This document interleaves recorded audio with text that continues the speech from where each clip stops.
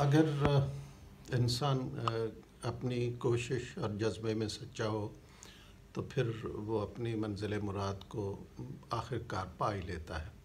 قدرت اس کے لیے سازگار ماحول بنا دیتی ہے اور وہ فتح یاب ہو جاتا ہے۔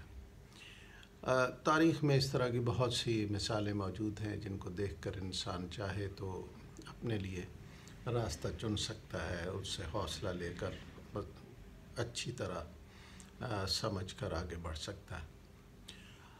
ایک واقعہ اس میں میں بیان کرنا چاہوں گا سر جیمز سیمپسن کا۔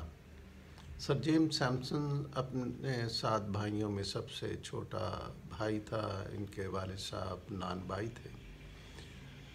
سر جیمز نے 4 سال کی عمر میں اپنی تعلیم شروع کی، ہونہار تھا، آگے پڑھنا چاہتا تھا۔ فیملی نے یہ فیصلہ کیا کہ ہم اس کو پڑھائیں گے، اپنی جو ضروریات ہیں صرف ان کو پورا کریں گے، مزید خرچہ نہیں کریں گے، اور جو پیسہ بچے گا اس کو ہم اس کے تعلیم پر خرچ کر دیں گے۔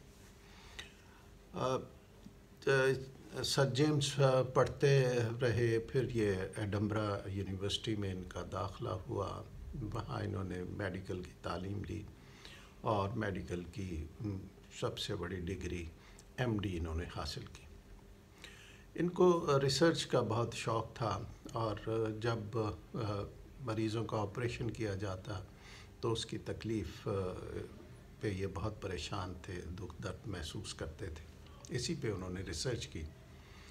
ایک بار 4 نومبر 1847 کو ان کا ایک سرونٹ ان کے کمرے میں آیا تو انہوں نے دیکھا کہ سر جیمز سیمپسن اور ان کے 2 اسسٹنٹ فرش پر اوندھے منہ پڑے ہوئے ہیں۔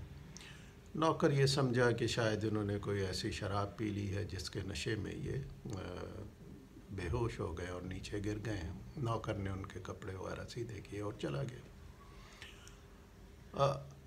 یہ جو واقعہ پیش آیا دراصل کیوں پیش آیا، اس کی وجہ یہ ہے کہ جیسے میں نے پہلے بتایا کہ سر جیمز سیمپسن کو مریضوں کی تکلیف پہ بڑا دکھ ہوتا تھا۔ انہیں ریسرچ میں یہ پتہ چلا کہ کلوروفارم سنگھانے سے مریض کو بے ہوش کیا جا سکتا ہے اور اس دوران اس کا آپریشن کیا جا سکتا ہے۔ اب یہ ثابت کرنے کے لیے کہ یہ نقصان دہ نہیں ہے اور فائدہ مند ہے، سر جیمز سیمپسن نے یہ فیصلہ کیا کہ اس کو خود سونگھا جائے، کلوروفارم کو سونگھا جائے۔ تو ان تینوں نے کلوروفارم کو سونگھا اور یہ ثابت کرنے میں کامیاب ہو گئے کہ اس کے ذریعے سے مریض کو بے ہوش کیا جا سکتا ہے، اور اس دوران اس پہ اگر آپریشن وغیرہ کیا جائے تو اس کو تکلیف کا احساس نہیں ہوگا۔ کسی نے یہ کہا کہ یہ اللہ کی طرف سے انسان کے لیے بہترین تحفہ ہے، اور یقیناً بہترین تحفہ ہے کہ مریضوں کو کلوروفارم کے ذریعے سے بے ہوش کیا جاتا ہے اور پھر انہیں ہوش نہیں ہوتا، اور مشکل سے مشکل آپریشن بھی اس میں کر لیا جاتا ہے۔ تو نتیجہ ہم جیسے میں نے پہلے بتایا یہی اخذ کریں گے کہ ہم اگر اپنی کوشش کرتے رہیں، ہمت کریں، اور ہمیں ایک جذبہ کار فرما ہو تو یقیناً ہم اپنی منزل پر پہنچ سکتے ہیں۔ آج کل اکثر یہ دیکھا جاتا ہے کہ لوگ جلدی سے حوصلہ ہار دیتے ہیں، شارٹ کٹس کی تلاش میں رہتے ہیں، زیادہ محنت نہیں کرتے، مشقت نہیں کرتے، اور بہت جلدی دل ہار بیٹھتے ہیں اور پھر مختلف بہانے بناتے ہیں کہ فلاں وجہ سے یہ ناکامی دیکھنی پڑی۔ دراصل وہ اپنے ارادوں میں پختہ ہی نہیں ہوتے۔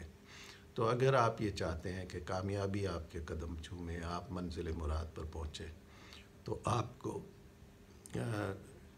ایک قوی ارادہ کرنا ہوگا، اپنے آپ کو سمجھانا ہوگا کہ میں تمام تر مخالفتوں اور مشکلات کے باوجود اپنے راستے پر گامزن رہوں گا، اور پھر انشاءاللہ تعالی منزل ضرور ملے گی۔